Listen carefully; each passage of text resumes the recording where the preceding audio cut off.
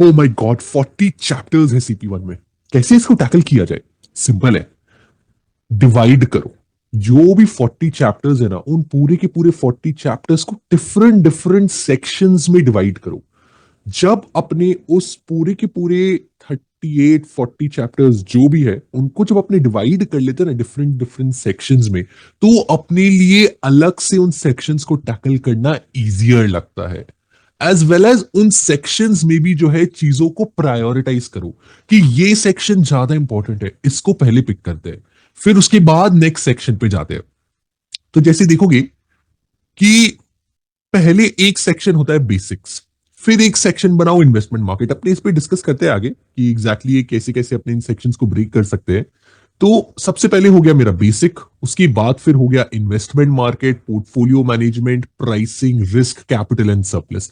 ऐसे करके आप अपने एंड पे भी बना सकते हो। मतलब this is something that I found कि हाँ, ये बहुत ही अच्छा लगा मुझे एज वेल एज मेरी स्टूडेंट्स को। तो ये चीज को जो है मैंने इस तरीके से बांटा है पूरे के पूरे 40 चैप्टर्स को इन दीज वेरियस सब सेक्शंस। अब इन सेक्शंस में अपने समझते कि हर एक सेक्शन के अंदर क्या क्या आता है। तो ओके, अब अगर आप देखोगे ना, सबसे पहला जो सेक्शन था बेसिक, इसके अंदर आप ये 7 चैप्टर्स को क्लब कर सकते हो। तो आप देखोगे ना, ये 7 चैप्टर्स क्या बताते हैं।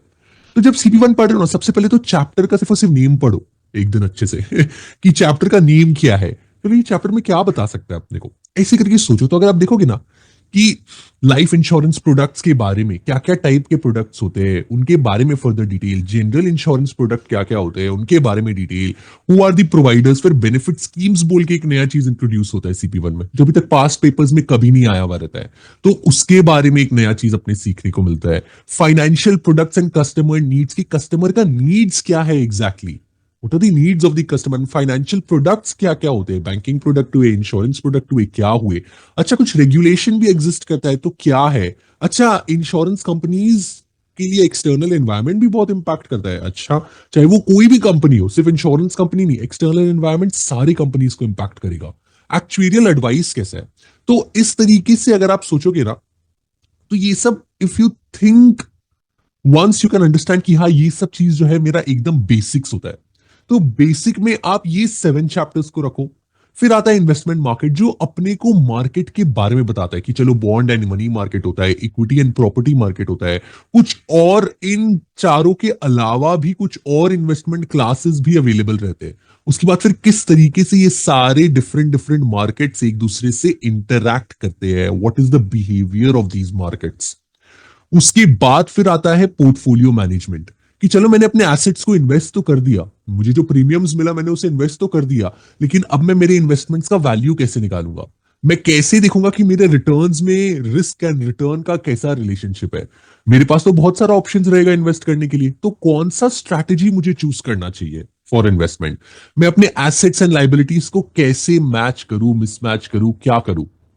मेरा इन्वेस्टमेंट मैनेज कैसे करूं मैं अपने इन्वेस्टमेंट को लॉन्ग टर्म में, how should I manage my investment. तो ये देखो, ये भी आपको लॉजिकल लग रहा होगा कि हाँ, ये पोर्टफोलियो मैनेजमेंट के ही बारे में हमें बताता है। उसके बाद फिर आप प्राइसिंग के अंदर ना ये सारे चैप्टर्स को क्लब कर सकते हो कि मॉडलिंग कैसे होता है, डेटा क्या होता है, अजम्पशंस क्या हुआ, मोर्टेलिटी मॉर्बिडिटी, अगेन ये अजम्पशंस ही हो गए, एक्सपेंसेस भी अजम्पशंस ही हो गए, contract design and pricing and financing, ये भी बहुत इंपॉर्टेंट हुआ। प्राइसिंग के बारे में हो गया। फिर रिस्क, अगेन ये चीज आप पढ़ोगे तो आपको समझ में आएगा कि रिस्क गवर्नेंस हो गया, रिस्क को आइडेंटिफाई एंड क्लासिफाई करना हो गया, कि financial products and benefit scheme में क्या रिस्क होता है, एक्सेप्टिंग रिस्क को एक्सेप्ट करे कि नहीं करे, रिस्क मेजरमेंट एंड रिपोर्टिंग हो गया, रिस्क ट्रांसफर हो गया, अदर रिस्क कंट्रोल्स हो गए। ये सबको आप रिस्क वाले सेक्शन के अंदर कंबाइन कर दो। एंड उसके बाद फिर जो भी बचता है, मतलब प्रोविजंस जैसे वैल्यूएशन रिजर्व्स कैलकुलेट करना हो गया, रिपोर्टिंग करोगे रिजल्ट को, कैपिटल के बारे में समझोगे, capital management, capital requirements, insolvency and closure देखोगे। उसके बाद फिर जो है सरप्लस के बारे में पढ़ोगे, मॉनिटरिंग देखोगे। तो ये सब चीज जो है आप, ये एक्चुअली होना चाहिए था प्रोविजंस, कैपिटल एंड सरप्लस। तो ऐसे करके आप एक स्टेप बना सकते हो, प्रोविजंस एंड कैपिटल करके कोई एक स्टेप बना सकते हो। तो इस तरीके से अगर आप डिवाइड करोगे ना अपने इस पूरे सब्जेक्ट को, तो आपको पढ़ने में बहुत हेल्प मिलेगा। एंड तो देखो हम लोगों ने ये सारे सेक्शंस बना लिए. We have created these sections. One is basics, one is investment market, the third is portfolio, pricing, risk and capital. तो मेरा 40 चैप्टर्स जो है अब मेरा ब्रेक हो गया इन 6 डिफरेंट स्टेप्स में. तो अब मैं एक स्टेप के ऊपर फोकस करूंगा एंड उसको सबसे पहले टैकल करूंगा. अब इन सेक्शंस पे भी जैसा आपने देखा, हमने यहाँ पे बोला था कि सेक्शंस को भी प्रायोरिटाइज करना है. ऐसा नहीं है कि चलो सेक्शन में डिवाइड कर दिया, अब स्टार्ट करते हैं बेसिक से, फिर चलेंगे इसमें, फिर इसमें, फिर इसमें. नहीं, आइडियली आइडियली वैसा ही होना चाहिए कि सबसे पहले आप बेसिक कवर करो, उसके बाद फिर जो है आप आगे के चैप्टर्स कवर करो. बट ऐसा बोलते हैं कि आप चलो स्टार्ट करना बेसिक से ही, लेकिन बेसिक में जो है ज्यादा टाइम मत देना, क्योंकि यहां पे अगर आप बहुत ज्यादा टाइम दे दोगे ना, यहां पे खो जाओगे. इन चैप्टर्स में ऐसा कुछ भी बहुत डिफरेंट नहीं बताया जाता है जो आप आगे के चैप्टर्स में जाके नहीं समझ सकते हो, आगे के चैप्टर्स में कवर नहीं कर सकते हो. जब आप आगे जाके पेपर्स प्रैक्टिस करोगे तब आप कवर नहीं कर सकते हो. तो एंड ये जो चैप्टर्स है ना, बहुत बल्कि टाइम भी ले लेते हैं, क्योंकि मतलब समझने में बहुत टाइम लग जाता है इनको. लोग सोचते हैं कि इसमें बहुत अच्छे से करते हैं. वो जैसे रहता है ना कि जब भी नया चीज स्टार्ट करते हैं तो स्टार्टिंग में एक अलग एनर्जी है, एक अलग एंथुजियाज्म रहता है, तो उसमें अपने बहुत टाइम स्पेंड कर देते हैं इन्हीं चीजों के ऊपर. एंड उसके बाद फिर आगे जाके बहुत प्रॉब्लम हो जाता है. तो बेसिक आप स्टार्ट कर सकते हो, लेकिन बेसिक में बहुत टाइम मत स्पेंड करो. बस चैप्टर्स का समरीज पढ़ लो एंड उसके बाद फिर आप आगे करो. तो ये बेसिक वाला स्टेप हो गया. उसके बाद फिर आप इन्वेस्टमेंट मार्केट वाला स्टेप भी, अगेन इसमें भी सिर्फ और सिर्फ चैप्टर की समरी पढ़ लो, दैट इज इनफ एक बार के लिए to get a basic understanding. इसमें ज्यादा टाइम मत लगाओ. बेसिक आपने एक बार देख लिया, थोड़ा सा इन्वेस्टमेंट मार्केट थोड़ा सा देख लिया, उसके बाद फिर जो स्टेप्स आते हैं ना, मतलब पोर्टफोलियो मैनेजमेंट देखना चाहिए, क्योंकि this is quite a new and different thing that will be learning over here. तो इसको आप डिटेल में स्टार्ट करो इस स्टेप से. ये वाला स्टेप आप पूरा डिटेल में पढ़ रहे हो. प्राइसिंग वाला स्टेप आप पूरा डिटेल में पढ़ रहे हो. प्राइसिंग में भी जैसे contract design, pricing and financing, ये सब बहुत ही ब्यूटीफुल एंड बहुत इंपॉर्टेंट चैप्टर है. कॉन्ट्रैक्ट डिजाइन से हमेशा कुछ ना कुछ रहता ही रहता है. पूरा का पूरा रिस्क का सेट बहुत इंपॉर्टेंट है. रिस्क के ऊपर तो आपको भर के क्वेश्चंस मिलते हैं. I think CP1 A and B मिला के 200 मार्क्स रहता है. तो 50-60 मार्क्स तो मेरे हिसाब से 50 मार्क्स आई थिंक रिस्क के ही ऊपर हो जाता है पूरा का पूरा. 50 मार्क्स या 50 मार्क्स प्लस. उसके बाद फिर कैपिटल एंड सरप्लस वगैरह हो गया. तो कैपिटल एंड सरप्लस भी बहुत इंपॉर्टेंट है. एंड ये बहुत इंटरेस्टिंग भी है. Long term work related perspective से भी ये बहुत अमेजिंग है. तो सिंपल है. That is all that I wanted to say you कि this is one of the efficient methods, not definitely the most efficient, but one of the efficient methods that definitely worked for me as well as for most of the students. And आप logically सोचने का कोशिश करो ना इस method को, कि मैं पूरे के पूरे सेक्शन जो भी मेरा 40 चैप्टर्स है उसको डिवाइड करता हूँ सेक्शंस में, एंड फिर मैं प्रायोरिटाइज करने का कोशिश करता हूँ हर एक सेक्शन को. तो अपने डिवाइड कर लिया. अब डिवीजन में मतलब आपने तो लेट्स से कभी CP1 पढ़ा नहीं, 40 चैप्टर्स आपने समझे नहीं, तो आप कैसे डिवाइड करोगे? तो उसके लिए आप ये एक ब्लूप्रिंट फॉलो कर सकते हो एक बार. मतलब मे बी अ मंथ के लिए ट्राई करके देखो, आपको अच्छा लगेगा तो आप कंटिन्यू करना. तो इस तरीके से आप डिवाइड कर दो. This will also help you to build your own study plan जो आप बनाओगे, कि हाँ चलो मैं जो स्टडी प्लान बना रहा हूं मेरे पास, उसमें यू कैन सेग्रीगेट कि हाँ चलो ठीक है, मुझे 10 डेज इस स्टेप के लिए रखना है, मुझे 15 डेज इसके लिए रखना है, मुझे 2 वीक्स इसके लिए रखना है, मुझे चलो ये बहुत ही बड़ा सेक्शन है तो चलो इसके लिए 3 वीक्स रख लेते हैं, ये भी बहुत कंफ्यूजिंग एज वेल एज बड़ा सेक्शन है तो इसके लिए 1 मंथ रख लेते हैं. ऐसे कर करके, जस्ट हाइपोथेटिकल एग्जांपल, 1 मंथ तो किसी भी सेक्शन में नहीं लगाना चाहिए नहीं तो आपके पास टाइम ही नहीं रहेगा. बट हाँ, this is a hypothetical example, क्या इस तरीके से जो है आप गो थ्रू कर सकते हो चीजों को. तो वो ये अगेन इस तरीके से सेक्शंस में डिवाइड करके कितना ज्यादा एक मेंटल वो हो जाता है कि अब आप भूल जाओ कि CP1 में 40 चैप्टर्स है.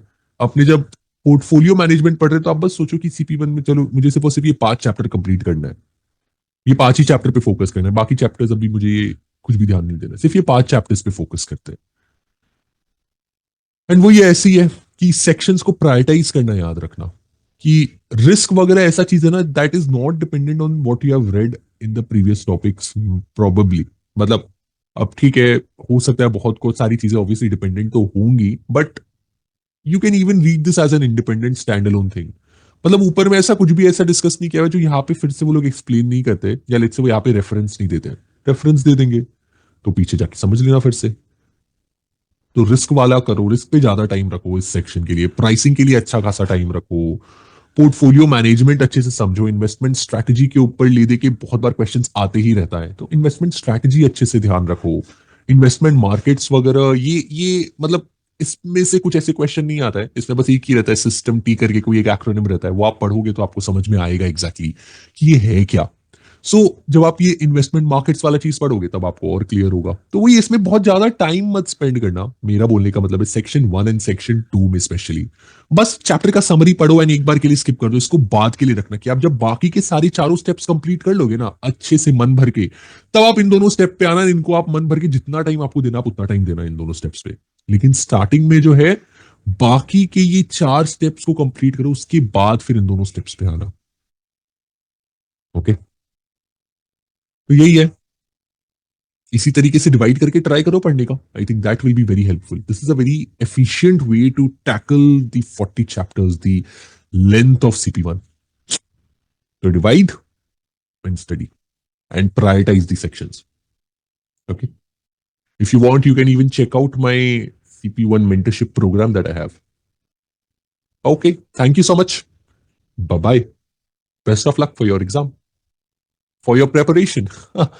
Best of luck for your CP1 preparation.